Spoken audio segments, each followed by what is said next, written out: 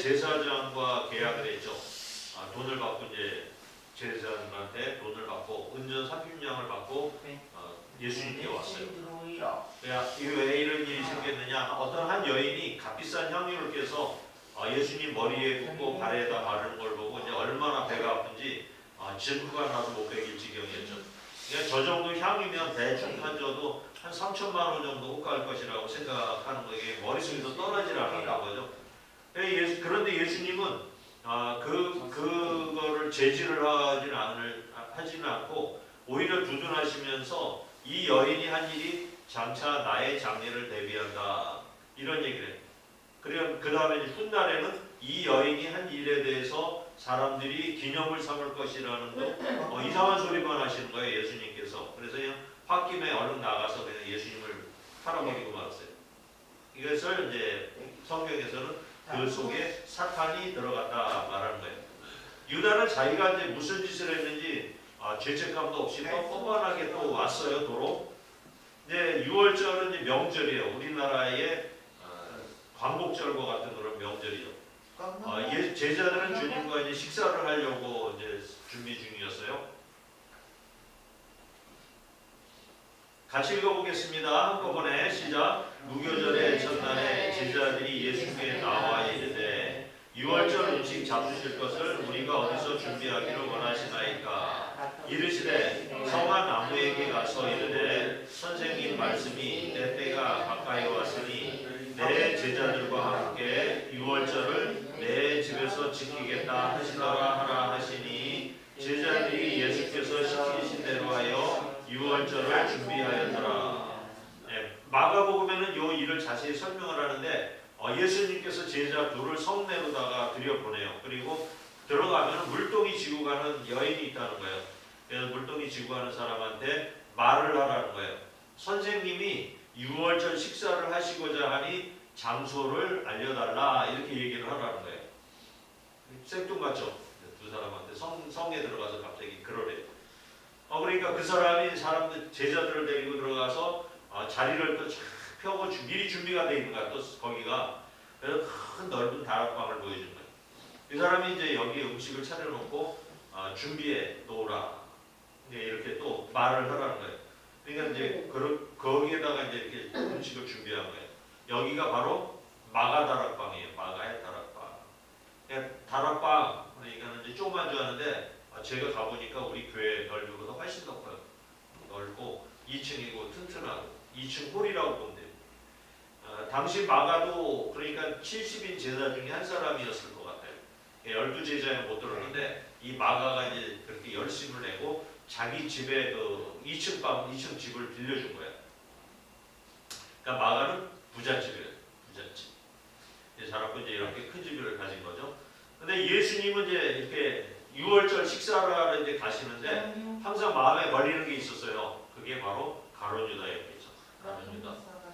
가룟 유다가 한 일을 예수님이 다 알고 계셨겠죠. 그에게 회개할 기회를 주는 게 좋겠다 하고 이제 예수님이 생각을 하신 거예요. 그러니까 이제 다락방에 제자들이 다 모여서 한데 모였습니다. 그리고 이제 읽어볼까요? 시작. 저물 때에 예수께서 12제자와 함께 앉으셨더니 그들이 먹을 때에 이르시되 내가 진실로 너희에게 이르노니 너희 중에 한 사람이 나를 팔리라 하시니 그들이 몹시 근심하여 각각 여쭤보되 주여 나는 아니지요. 주님은 이미 유다가 이렇게 계획을 하고 했던 것을 알고 있었어요. 12명 중에 한 사람이 나를 팔 것이라 우리 얘기를 했으면 알아들었을 거 아니에요. 그러니까 제자들은 나는 아니지요 하고 저는 아니지요 하고 이렇게 막 되물어요 예수님한테. 그러니까 끝까지 이제 제자들도 인격이 있으니까 네가 그놈이 하고 이렇게 못하신 거예요 예수님께서는. 그래서 이제 자기를 배신하는 제자라 하더라도 그 제자의 인격을 보호해주고 싶으셨던 거예요 예수님께서. 우리 같으면 유다 너 왜 이렇게 돈 받아서 이런 짓 했느냐? 왜 나쁜 짓 했어? 내 몸값이 겨우 은전 30밖에 안 되냐? 하고 막 야단치시거나 그럴 수도 있었겠지만 또 야 이놈이 날 팔았다 이놈 내쫓아라 하고 막 제자들을 동원해서 내쫓을 수도 있지만은 그러지 않으셨어요. 그냥 끝까지 참고 기다려 주시는 거예요. 그러니까 이렇게 얘기해도 또 아무렇게 회개도 안 하네요. 그래서 다시 또 말씀을 하세요. 그냥 보통 이 정도 되면은 양심에 찔려서 이제 잘못했습니다 해야 하잖아요. 그런데 유다가 얼굴에 완전히 철판을 두껍게 깔은 것 같아요. 한번 또 읽어볼까요? 시작. 대답하여 이르되 나와 함께 그릇에 손을 넣는 그가 나를 팔리라. 인자는 자기에 대하여 기록된 대로 가거니와 인자를 파는 그 사람에게는 화가 있으리로다. 그 사람은 차라리 태어나지 아니하였으면 제게 좋을 뻔하였느니라. 예수를 파는 유다가 대답하여 이르되 라피여 나는 아니지요. 대답하시되 내가 말하였도다 하시니라. 좀 더 이제 예수님께서 강력한 어투로 얘기하는 거예요. 이제 우리도 이제 성찬식 해보셔서 알죠? 이렇게 그릇에다가 빵을 이렇게 넣어가지고 이제 주는데 예수님도 아마 그렇게 빵에다가 이렇게 그릇을 담아서 이렇게 나눠주신 것 같아요. 그래서 이렇게 떼어가지고 나눠주고 했던 것 같아요. 나와 함께 그릇에 손을 넣는 자가 나를 판다. 그는 차라리 태어나지 않았으면 좋을 것이다. 강력하게 얘기를 해요. 이 정도 되면은 뭐 양심에 찔릴 거 아니에요. 자기가 한 일이 있는데. 그런데도 이제 그렇게 얘기하고서는 이제 예수님이 가룟 유다한테 또 간 거예요. 가가지고 유다한테 가요. 손을 넣는 자가 누구예요? 가룟 유다한테 갔으니까 가룟 유다가 빵 집어넣고 이렇게 손을 넣겠죠. 아무 거리낌 없이 이제 그릇에 손을 넣고 빵을 집어요. 천연덕스럽게 빵을 집으면서 나는 아니죠? 이렇게 물어봐. 나는 아니죠. 이렇게 물어봐. 주님은 또 이게 너다 이렇게 얘기하지 않고 예수님이 뭐라 그러냐면 네가 대답을 했다. 이렇게 네가 대답을 했다. 하고 세 번째 기회를 또 주는 거예요. 세 번째를 기회. 마치 이제 우리는 베드로에 대해서 잘 알잖아요. 가룟 유다한테도 세 번의 기회를 줬잖아요. 베드로도 주님을 모른다고 세 번을 부인했잖아요. 세 번. 그러니까 가룟 유다도 세 번의 기회를 발로 걷어차고 만 거예요. 근데 베드로는 세 번을 부인했는데 회개했잖아요. 돌아서서 엉엉 울면서. 근데 베드로는 생판 모르는 그 어린 종들한테 나는 모른다 이렇게 부인했던 거잖아요. 그 꼬마 여자 종들한테 부인을 안 해도 되는데 거기서 이제 부인했지만 유다는 주님이 예수님께서 직접 막 가르쳐주고 회개할 기회를 주셨는데도 화냈던 거예요. 그러니까 예수님은 이제 더 이상 할 게 없잖아요. 바로 너다 이렇게 얘기해도 안 되고 빵 같이 그릇에 손 넣는 자가 그다 뭐 해도 안 되고 세 번씩이나 이렇게 처음에는 전체를 상대로 하고 두 번째는 이제 성찬식을 상대로 하고 세 번째는 아예 직설적으로 입판전에서 얘기를 했는데도 회개를 하죠. 그냥 하나님께서 이런 일을 통해서 역사를 하는 것을 알 수가 있어요. 회개시킬 수가 없는 사람은 어쩔 수 없는 것 같아요. 만약에 그 유다가 회개했다면 어떻게 될까요? 회개를 했다면은 예수님께서는 이제 유다 때문에 십자가에 못 박힌 게 아니라 다른 사람을 통해서 다른 일을 통해서 예수님께서 십자가에 달리셨겠죠. 그러니까 결정적으로 유다가 이제 이렇게 회개를 하지 않고 그러다 보니까 2000년 동안에 가룟 유다가 죽일 놈이 돼 있죠. 차라리 태어나지 않았으면 좋았을 것 같았는데 그래서 예수님을 판 장본이 돼서 기독교인들한테 계속 욕을 먹죠. 빌라도도 마찬가지죠. 빌라도도 얼떨결에 예수님을 십자가에 내줬는데 그 사람도 사실 좀 억울하죠. 그런데 2000년 동안 모든 성도들이 본디오 빌라도에게 고난을 받으사 전 세계의 모든 교회들이 본디오 빌라도 이러고 있는 거예요. 가룟 유다도 그런 거죠. 그렇게 6월절 떡은 이제 가룟 유다한테 먹이고 그다음에 이제 다른 사람에게 넘어가고 만찬은 이제 계속됐죠. 그리고 이제 이 만찬 성찬식이라고 얘기하는데 성찬식을 우리에게 행하라 하고 하셨어요. 그러니까 이 성찬식은 예수님께서 직접 기념하라고 하신 것에 유일하게 성찬식이었던 거예요. 그래서 교회에서는 이제 성례식을 두 가지로 정했다 그랬죠. 하나는 성찬식, 하나는 세례. 그래서 교회는 성례식 하면 이 두 가지가 해당이 돼요.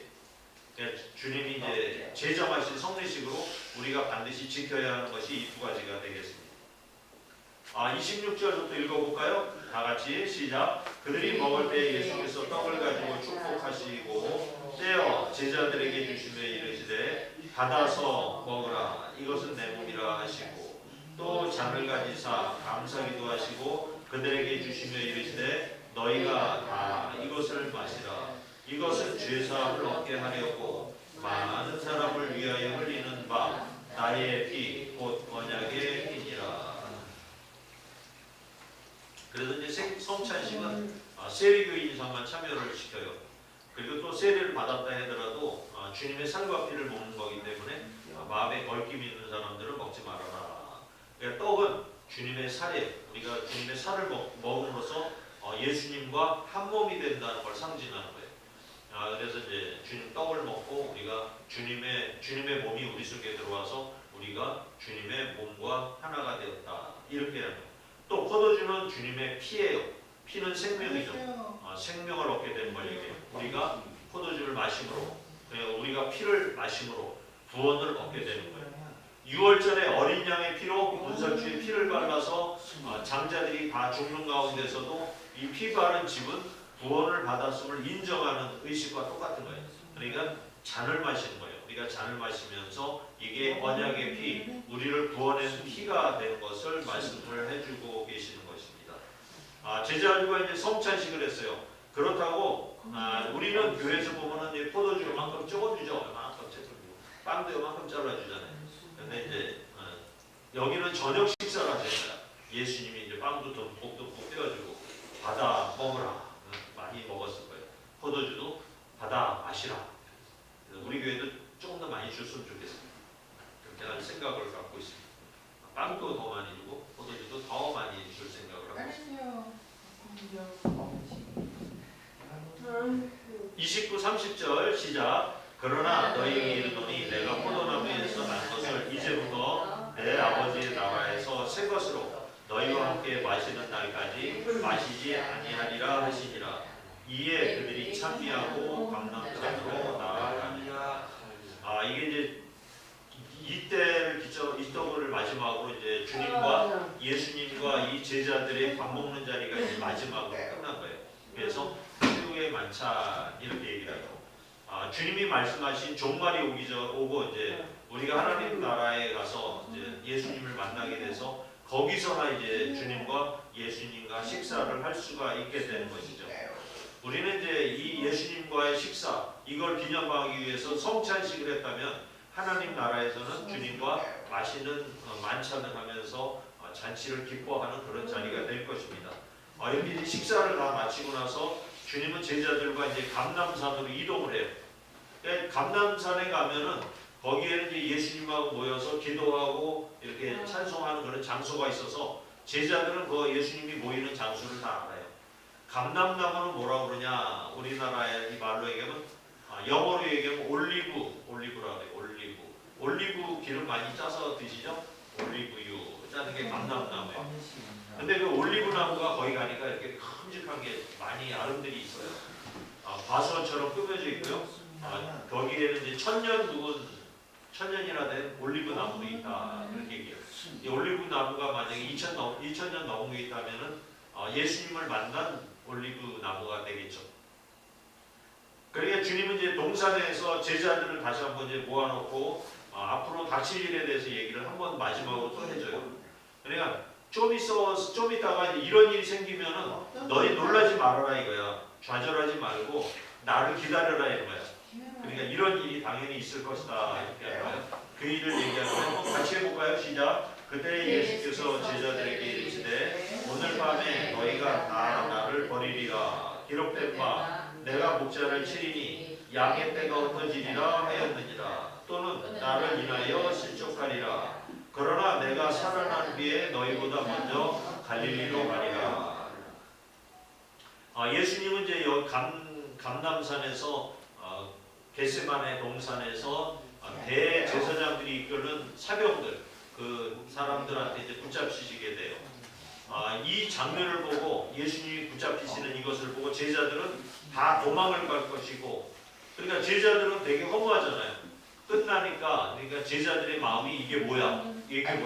예수님이 메시아인 줄 알았더니 우리나라를 뒤엎어줄 나라 그런 메시아인 줄 알았더니 이게 뭐야 허무하게 그냥 잡혀가시네 하면서 마음이 상할 거라는 거예요. 그리고 예수님께서도 미리 얘기하신 게 이런 장면을 보고 너희들은 분명히 실족할 것이다. 그 얘기를 해요. 실족하다. 마음이 상하다. 마음이 이제 약해지다 이런 뜻이에요. 그래 이 정도 제자들 모인 자리에서 이렇게 얘기를 해두면은 잠시 후에 이제 이런 사건이 벌어져도 예수님께 들은 말씀이 있으니까 굳건하게 버텨야 되는데 이상하게도 그 사건이 벌어지자마자 제자들은 이 예수님의 말씀을 다 잊어버리고 도망하는데 급급해져요. 분명 주님은 이제 죽었다가 3일 후에 부활해서 내가 갈릴리로 너희보다 먼저 갈 것을 말씀하신 거예요. 근데 이렇게 제일 먼저 이럴 때 등장하는 제자가 있죠. 베드로는 이제 다혈질이에요. 그래서 기다리지 않아요. 막 먼저 얘기해요. 제자들보다 먼저 앞장서서 막 얘기를 해요. 베드로와 함께 다른 제자들도 이렇게 각오를 펼칩니다. 뭐라고 각오했는지 우리들도 각오를 한번 얘기를 해볼까요? 시작. 베드로가 대답하되 이르되 모두 주를 버릴지라도 나는 결코 버리지 않겠나이다. 20대, 30대 초반의 이 젊은 청년들, 우리 장하세 이 식구들하고 나이가 비슷하네. 대답해서 막 얘기해요. 모두 주를 버릴지라도 나는 결코 버리지 않겠나이다. 그 당시 생각만 하면은 뭐 누가 오더라도 막 싸워서 이길 수도 있고 그러니까 예수님 앞에서 이제 우렁차게 막 외쳤을 거예요. 그러니까 그 제자들도 다 같이 이제 거기에서 그렇게 이제 같이 이제 와 하고 얘기를 했겠죠.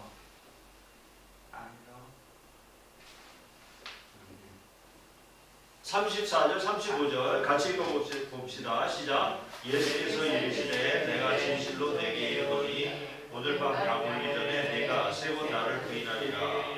베드로가 이르되 내가 주와 함께 죽을지언정 주를 부인하지 않겠나이다 하고 모든 제자도 그와 같이 말하니라.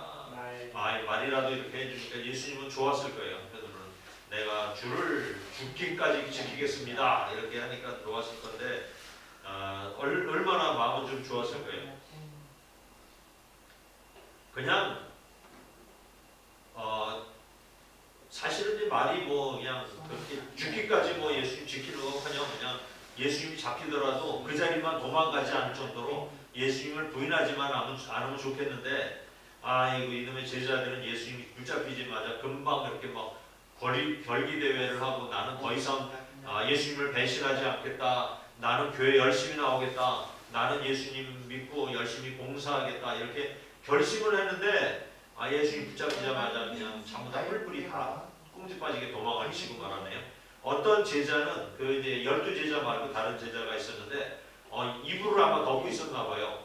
이렇게 혼이불처럼 덮고 있었나 봐. 그런데 그때는 이제 뭐 속옷이 없었으니까 너무나 급하니까 혼이불을 헐떡 벗어던지고 그냥 빨개벗은 채로 확 도망을 갔대요. 그걸 성경에 기록을 해놨어요. 어디에 기록했냐? 마가복음에 기록을 했어요. 그래서 이 빨개벗고 도망친 제자가 누구냐? 빨개 벗은 채로 마가야. 마가 다락방 좀 전에 빌려준 그 마가가 홀랑 벗고서는 그냥 건입을 거치장스러우니까 거치고 뭐 냈다 도망쳤던 거예요.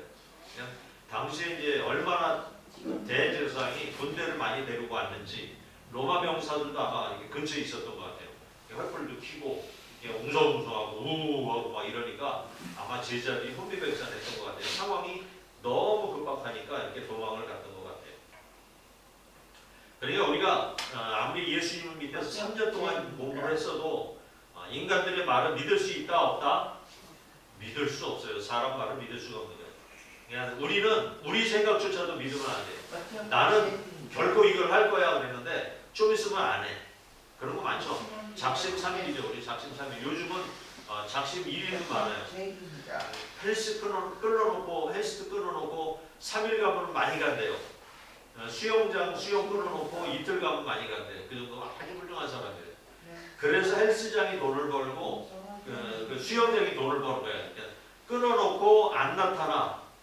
저도 몸이 아플 때는 수영장 끊어놓고 끝날 때까지 돌아다녔는데 몸이 이제 건강해지고 나니까 수영장 끊고 나서 3일을 못 가겠더라고. 3일을 안 가죠. 그래서 이번에 이제 근육줄 만들어야지 헬스장 끊었더니 이틀 갔더니 더 이상 가기가 싫은 거야. 거기 가서 막 돈 들여가면서 왜 뛰어다니지 그렇게 사람들은 믿으면 안 돼요. 그냥 좋을 때는 한없이 좋아도요 상황이 바뀌면은 말을 뒤집는 게 인간이에요. 예수님께서는 이제 육신으로 오셨잖아요. 예수님도 사람이 돼서 오셨다 보니까 사람들을 아신 거야. 사람들 잘 알아요. 그러니까 그래서 예수님께서 제자들한테 내가 십자가에 못 박히고 그 다음에 장사 지내고 3일 후 안에 내가 살아날 거야. 그 얘기를 갖다가 계속 한 거예요. 제자들한테. 그러니까 예루살렘 여기 와서 잡히기 전까지만도 했고 또 성만찬 할 때도 또 얘기했고 제자들을 또 이렇게 모아가지고 지금 잡히기 직전에 또 얘기했어요. 그렇게 얘기했는데 그게 안 들어가는 거야. 들어가질 않아.